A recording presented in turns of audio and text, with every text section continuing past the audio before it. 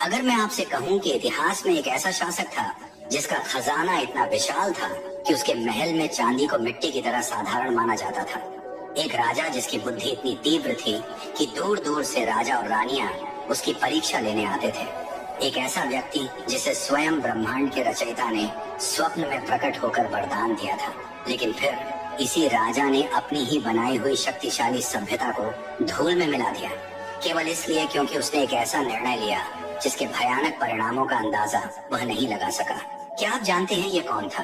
ये कहानी है राजा सुलेमान की, इतिहास के सबसे विरोधाभासी पात्रों में से एक। आज हम जानेंगे कि कैसे एक चरवाहे का बेटा दुनिया का सबसे शक्तिशाली राजा बना और फिर कैसे उसकी अपरिमित बुद्धि भी उसे अंधकार से नहीं बचा सकी। ये एक ऐसी कहानी है जो आपको सोचने पर मजबूर करेगी कि क्या सच्ची बुद्धि और सच्चा सुख का अर्थ वास्तव में क्या है। 3000 वर्ष पहले का यरूशलेम, पश्चिमी एशिया का एक छोटा सा देश इजराइल दुनिया का ध्यान अपनी ओर खींचने से अभी बहुत दूर था।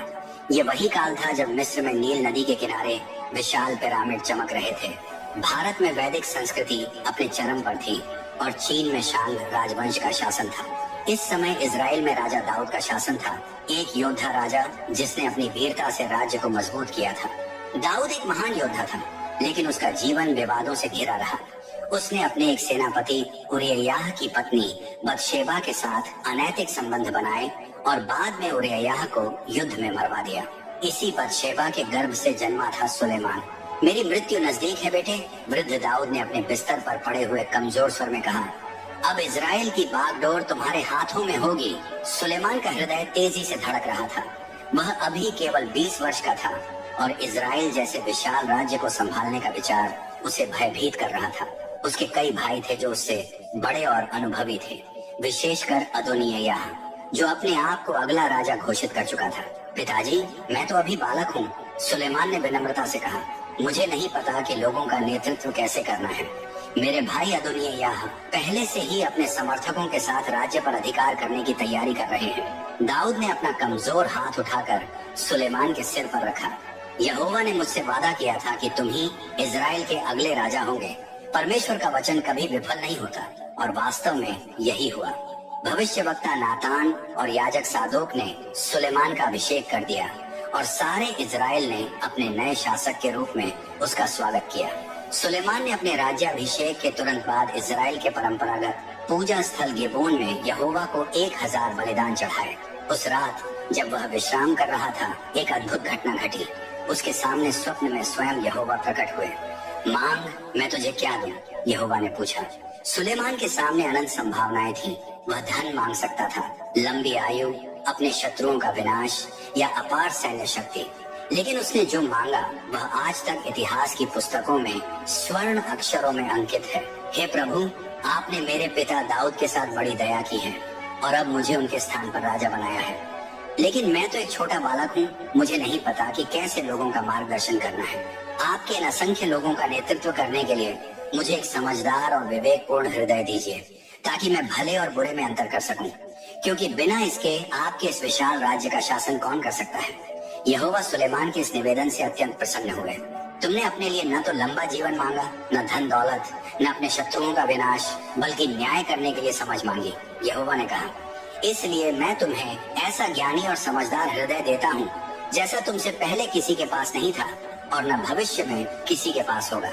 और जो तुमने नहीं मांगा वह भी मैं तुम्हें देता हूँ, धन और सम्मान, ताकि तुम्हारे जीवन काल में कोई भी राजा तुम्हारे समान न हो। सुलेमान अपने स्वप्न से जागा तो उसे एक अद्भुत परिवर्तन का अनुभव हुआ, जैसे उसके मस्तिष्क में हजारों द्वार एक साथ खुल गए हों। जटिल समस्याएं अब सरल पहेलियों की तरह लगती थी। प्रकृति के रहस्य, मनुष्य के स्वभाव की जटिलताएं, आकाश के तारों की गतिविधियां, सब कुछ अब सुलेमान के लिए एक खुली पुस्तक की तरह था। उसकी बुद्धि की पहली बड़ी परीक्षा शीघ्र ही आई। एक सुबह 2 स्त्रियां उसके न्यायालय में आईं। दोनों एक ही घर में रहती थीं और दोनों ने लगभग एक ही समय में बच्चों को जन्म दिया था। मेरे प्रभु, पहली स्त्री ने आंसू बहाते हुए कहा, यह स्त्री और मैं एक ही घर में रहते हैं। मैंने एक बच्चे को जन्म दिया और 3 दिन बाद इसने भी।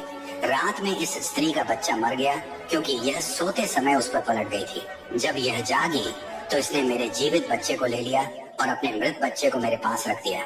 सुबह जब मैं अपने बच्चे को दूध पिलाने उठी तो देखा कि वह मृत है, लेकिन जब मैंने उसे ध्यान से देखा तो पहचान लिया कि यह मेरा बच्चा नहीं था।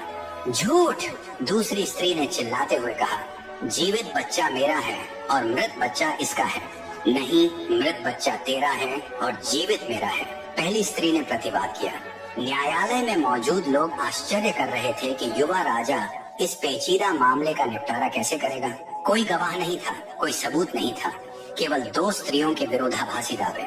सुलेमान ने कुछ क्षण शांति से विचार किया और फिर आदेश दिया, मुझे एक तलवार लाओ। जब तलवार लाई गई तो सुलेमान ने कहा, जीवित बच्चे को 2 हिस्सों में काट दो और आधा इस स्त्री को दो और आधा उस स्त्री को। पहली स्त्री, जो वास्तविक माता थी, ने भय और विह्वलता से चिल्लाते हुए कहा, नहीं मेरे प्रभु, उसे जीवित बच्चा दे दीजिए, उसे मत मारिए।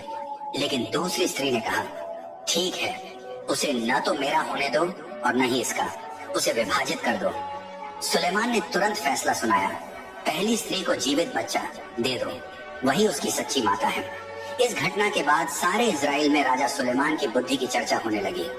लोगों ने देखा कि उसमें ईश्वरीय न्याय करने की क्षमता है। सुलेमान के शासन काल के दौरान इजराइल ने अभूतपूर्व समृद्धि और शांति का अनुभव किया। उसके पिता दाऊद ने अपने शासन काल में अधिकांश समय युद्धों में बिताया था, लेकिन सुलेमान ने अपने राज्य को व्यापार और कूटनीति के माध्यम से विस्तारित किया। उसने मिस्र, लेबनान, फिनिशिया और अरब के साथ मजबूत व्यापारिक संबंध स्थापित किए। उसके जहाजी बेड़े ओफिर और तरशीश जैसे दूर दराज के स्थानों से स्वर्ण, चांदी, हाथीदांत, दुर्लभ लकड़ियां, मसाले, बहुमूल्य पत्थर और विदेशी जानवर लाते थे। एक बार जब सुलेमान का व्यापारिक कारवां तरशीश से लौट रहा था, तो उनके साथ कुछ अजीब चीजें थीं, जिन्हें इजराइल के लोगों ने पहले कभी नहीं देखा था। रंग बिरंगे पंखों वाले विशाल पक्षी जो मनुष्य की आवाज की नकल कर सकते थे, और अनोखे जानवर जिनकी लंबी गर्दन और चित्तीदार शरीर थे। ये क्या है? सुलेमान ने अपने व्यापारी से पूछा, दृश्य से मंत्रमुग्ध होकर। महाराज, इन्हें मयूर और जिराफ कहते हैं, व्यापारी ने उत्तर दिया। ये दक्षिणी महाद्वीप के दूरस्थ भागों से आते हैं, जहाँ धरती और आकाश दोनों अद्भुत रंगों से भरे हैं। सुलेमान ने इन अजीब प्राणियों को अपने शाही बगीचों में रखने का आदेश दिया, जहाँ वे आने वाले दशकों तक इजराइल के लोगों के आश्चर्य का केंद्र बने रहे। लेकिन सुलेमान के शासनकाल की सबसे बड़ी उपलब्धि यरूशलेम में विशाल मंदिर का निर्माण था। ये वही परियोजना थी जिसे उसके पिता दाऊद ने शुरू करना चाहा था, लेकिन उन्हें परमेश्वर ने ऐसा करने से रोक दिया था, क्योंकि उनके हाथ युद्धों में रक्त से रंगे थे। मैं अपने परमेश्वर यहोवा के नाम के लिए एक ऐसा स्थान बनाऊंगा जो उनकी महिमा के अनुरूप हो, सुलेमान ने घोषणा की। ये एक ऐसा मंदिर होगा जिसके बारे में सारे राष्ट्र आश्चर्य करेंगे। इस अद्भुत संरचना को बनाने के लिए सुलेमान ने लेबनान से सर्वोत्तम देवदार की लकड़ी मंगवाई। उसने दुनिया भर से कुशल कारीगरों को नियुक्त किया। मिस्र के पत्थर तराशने वाले, फिनिशिया के धातु शिल्पकार और मेसोपोटामिया के वास्तुकार। 30,000 श्रमिकों ने 7 वर्षों तक अथक परिश्रम किया। जब मंदिर पूरा हुआ तो यह वास्तव में एक अद्भुत दृश्य था। इसकी बाहरी दीवारें नक्काशीदार देवदार से बनी थी, जिन्हें शुद्ध सोने से मढ़ा गया था। अंदर विशाल स्तंभ और फर्श उत्कृष्ट संगमरमर से बने थे।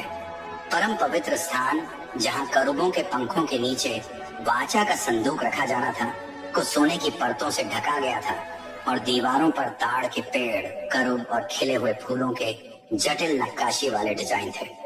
मंदिर के समर्पण के दिन सुलेमान ने एक भव्य समारोह आयोजित किया। हजारों बलिदान चढ़ाए गए और सारा इजराइल एकत्र हुआ। जब याजकों ने वाचा के संदूक को परम पवित्र स्थान में रखा तो एक अद्भुत घटना हुई। एक घना बादल मंदिर में भर गया, जो इस बात का संकेत था कि यहोवा की उपस्थिति वहां है। सुलेमान ने अपने हाथों को आकाश की ओर उठाकर एक शक्तिशाली प्रार्थना की, हे यहोवा, इजराइल के परमेश्वर, आकाश में ऊपर या पृथ्वी पर नीचे आप जैसा कोई परमेश्वर नहीं है, जो अपने उन सेवकों के साथ वाचा और दया का पालन करता है, जो पूरे हृदय से आपके मार्ग पर चलते हैं। लेकिन क्या परमेश्वर वास्तव में पृथ्वी पर निवास करेगा? स्वर्ग और स्वर्गों का स्वर्ग भी आपको धारण नहीं कर सकता, तो फिर यह मंदिर कैसे कर सकता है जो मैंने बनाया है? फिर भी हे यहोवा मेरे परमेश्वर, अपने सेवक की प्रार्थना और याचना की ओर ध्यान दीजिए।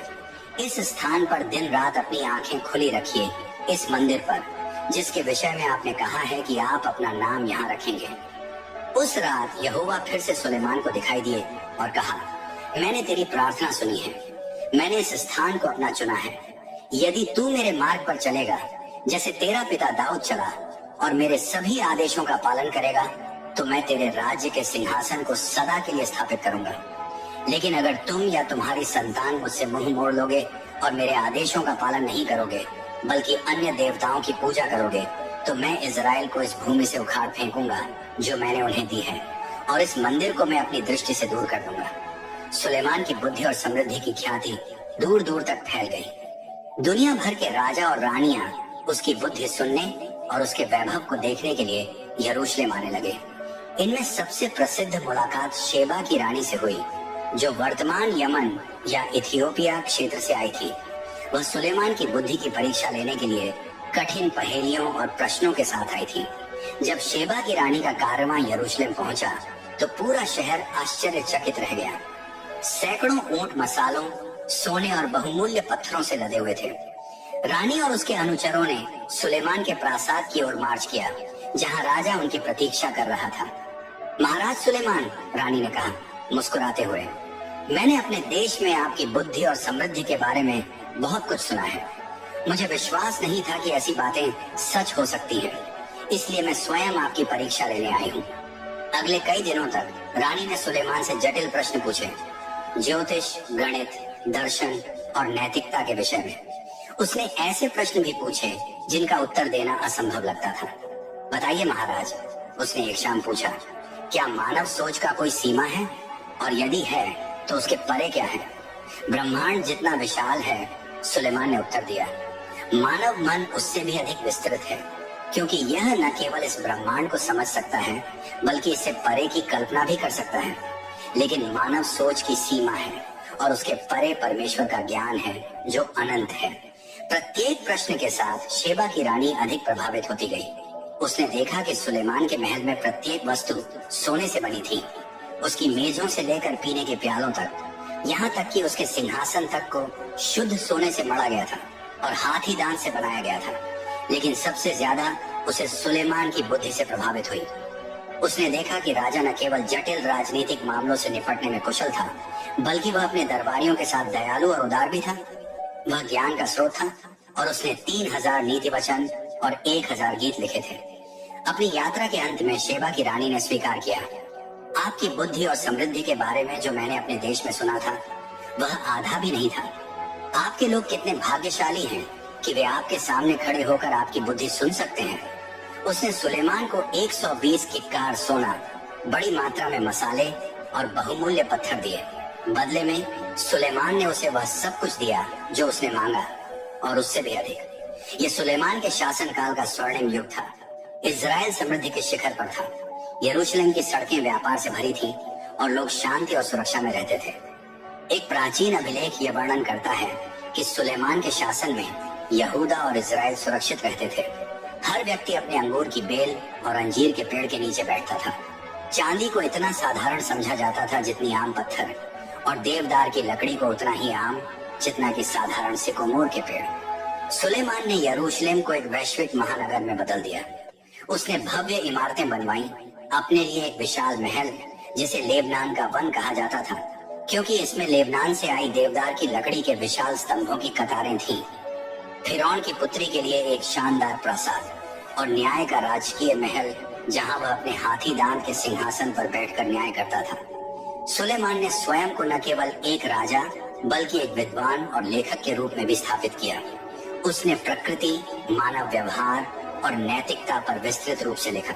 उसकी बुद्धि संग्रहित में नीति वचन, सभोपदेशक और श्रेष्ठ गीत जैसे ग्रंथ शामिल थे। जीवन से प्रेम करने वाले और अच्छे दिन देखना चाहने वाले अपनी जीभ को बुराई से और अपने होठों को छल की बातें बोलने से रोकें, उसने लिखा।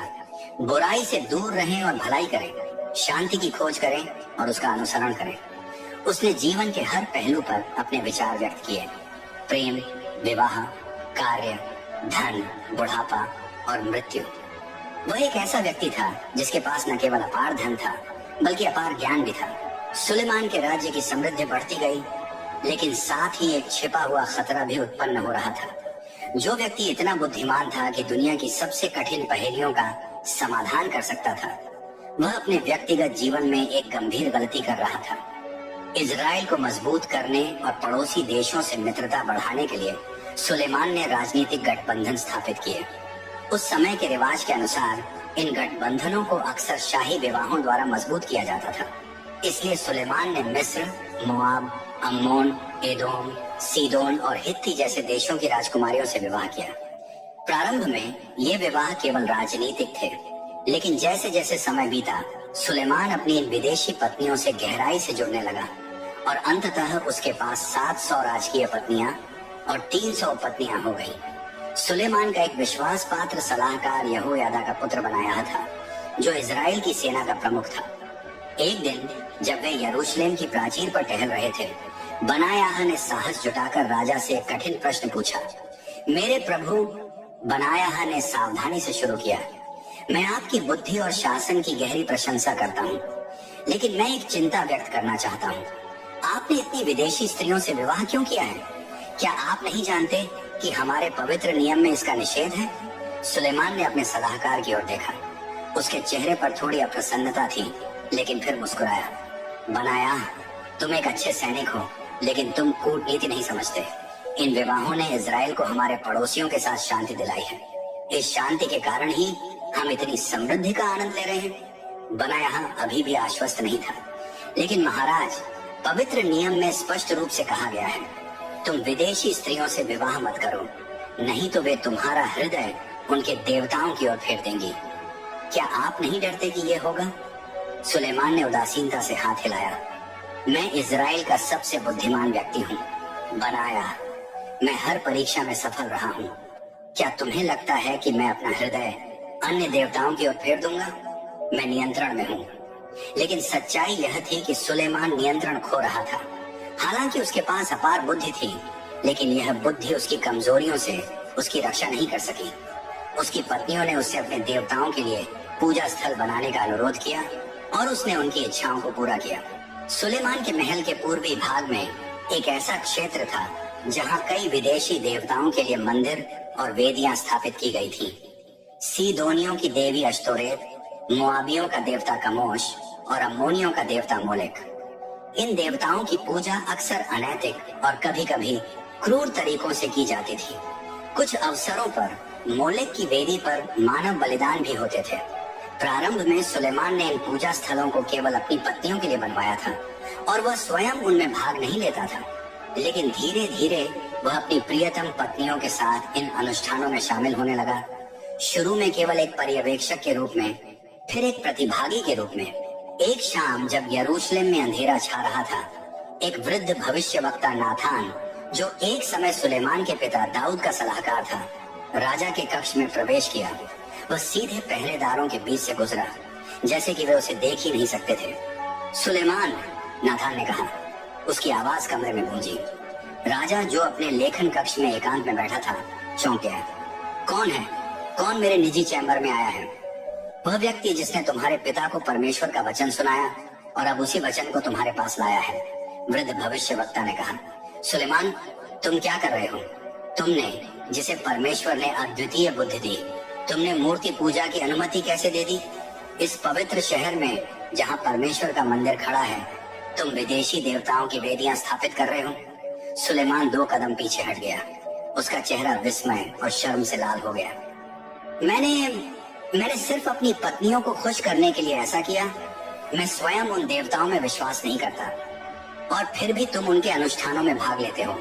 नाथान ने उत्तर दिया, यहोवा कहते हैं, क्योंकि तुम्हारा हृदय मुझसे दूर हो गया है और तुमने मेरी वाचा और मेरे आदेशों का पालन नहीं किया, मैं निश्चित रूप से राज्य को तुमसे छीन लूंगा और इसे तुम्हारे एक सेवक को दे दूंगा। तथापि तुम्हारे पिता दाऊद के कारण मैं ऐसा तुम्हारे जीवन काल में नहीं करूंगा, बल्कि तुम्हारे पुत्र के हाथ से राज्य छीनूंगा। सुलेमान के मस्तिष्क में यहोवा के पहले दिए गए शब्द गूंजे, यदि तुम या तुम्हारी संतान मुझसे मुंह मोड़ लोगे तो मैं इजराइल को इस भूमि से उखाड़ फेंकूंगा। यह वही चेतावनी थी जो उसे मंदिर के समर्पण के बाद दी गई थी। नाथान चला गया और सुलेमान कई घंटों तक अपने कक्ष में अकेला बैठा रहा, अपने जीवन और निर्णयों पर विचार करता रहा। लेकिन अगले दिन बजाय अपने मार्गों को सुधारने के वह अपनी दैनिक दिनचर्या में वापस लौट गया। उसने नाथान के शब्दों को एक बूढ़े आदमी के भ्रम के रूप में खारिज कर दिया, जिसके शब्दों का कोई अधिकार नहीं था। वर्ष बीतते गए और सुलेमान वृद्ध होता गया। उसके बाल सफेद हो गए और उसकी आंखों की रोशनी कम हो गई, लेकिन उसकी विदेशी पत्नियों का उस पर प्रभाव बढ़ता गया। अब सुलेमान न केवल अपनी पत्नियों के पूजा अनुष्ठानों में भाग लेता था, बल्कि वह स्वयं भी इन विदेशी देवताओं के आगे झुकने लगा था। ऐसा व्यक्ति जिसने एक बार इजराइल के परमेश्वर यहोवा के लिए महानतम मंदिर बनाया था, अब मूर्ति पूजा में लिप्त था।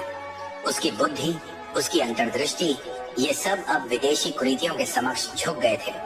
राजा की इस गिरावट का प्रभाव पूरे राज्य पर पड़ा। लोग जो हमेशा अपने नेता का अनुकरण करते हैं, अब स्वयं भी विभिन्न मूर्तियों की पूजा करने लगे थे। जहाँ पहले यरूशलेम में एक ही परमेश्वर की पूजा होती थी, वहाँ अब हर गली में एक अलग देवता का मंदिर था। परमेश्वर का क्रोध बढ़ता गया। उसने सुलेमान के विरुद्ध कई शत्रुओं को खड़ा किया। एदोम में हदद नामक एक शासक, अराम में रजोन नामक एक विद्रोही, और विशेष रूप से नबात का पुत्र यारोबाम, जो सुलेमान के अपने अधिकारियों में से एक था। एक दिन जब यारोबाम यरूशलेम से बाहर जा रहा था, अहिय्याह नामक एक भविष्यवक्ता मिला। अहिय्याह ने अपने ऊपर पहने हुए नए वस्त्र को उतारा और उसे 12 टुकड़ों में फाड़ दिया। 10 टुकड़े अपने लिए ले लो, अहिय्याह ने यारोबाम से कहा, क्योंकि यहोवा इजराइल का परमेश्वर कहता है, देखो मैं राज्य को सुलेमान के हाथ से फाड़ लूंगा और तुम्हें 10 गोत्र दूंगा। दाऊद के कारण वह एक गोत्र रखेगा और यरूशलेम के कारण, जिसे मैंने इजराइल के सभी गोत्रों में से चुना है, वह एक और गोत्र रखेगा। मैं ऐसा इसलिए करूंगा क्योंकि उन्होंने मुझे त्याग दिया है और सीदोनियों की देवी अश्तोरेत, मोआबियों के देवता कमोश और अम्मोनियों के देवता मोलेक की पूजा की है। वे मेरे मार्गों पर नहीं चले हैं और न ही उन्होंने वह किया जो मेरी दृष्टि में सही है, न ही मेरे आदेशों और नियमों का पालन किया जैसा उनके पिता दाऊद ने किया था। ये भविष्यवाणी शीघ्र ही सुलेमान तक पहुंच गई और उसने यारोबाम को मारने का प्रयास किया। लेकिन यारोबाम मिस्र भाग गया और वहां फिरौन शीशक के संरक्षण में रहने लगा। सुलेमान अब अपने जीवन के संध्या काल में था। उसका शासन, जो इतनी उज्जवल आशा के साथ शुरू हुआ था, अब विद्रोह, धार्मिक विघटन और आसन्न विभाजन की छाया में था। जैसे जैसे वह बूढ़ा होता गया, वह अधिक से अधिक अपने दिमाग में खोने लगा। उसने अपने मंदिर और महल के भीतर लंबे घंटों तक अकेले घूमते हुए बिताए, अपने जीवन की सफलताओं और विफलताओं पर गहराई से सोचते हुए।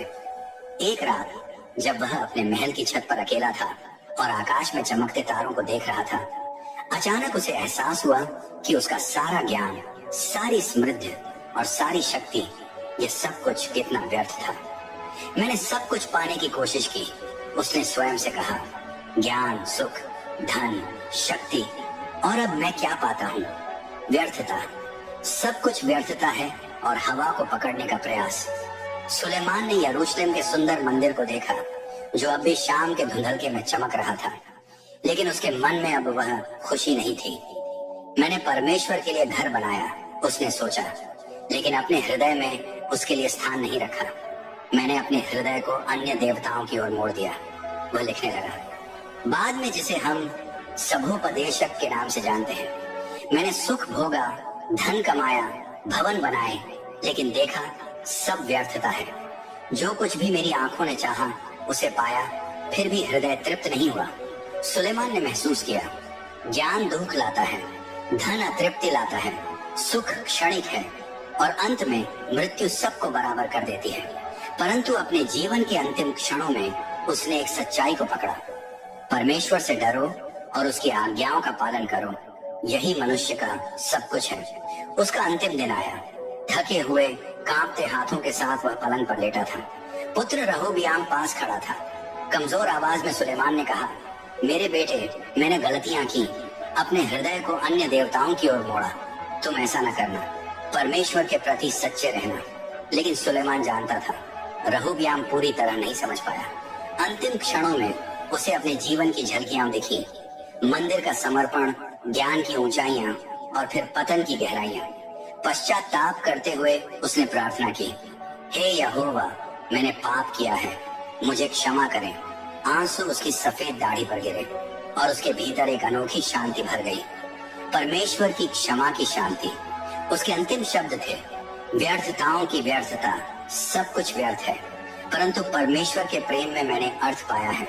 सुलेमान मर गया, राज्य विभाजित हो गया, लेकिन उसकी सबसे अमूल्य विरासत आज भी गूंजती है। परमेश्वर से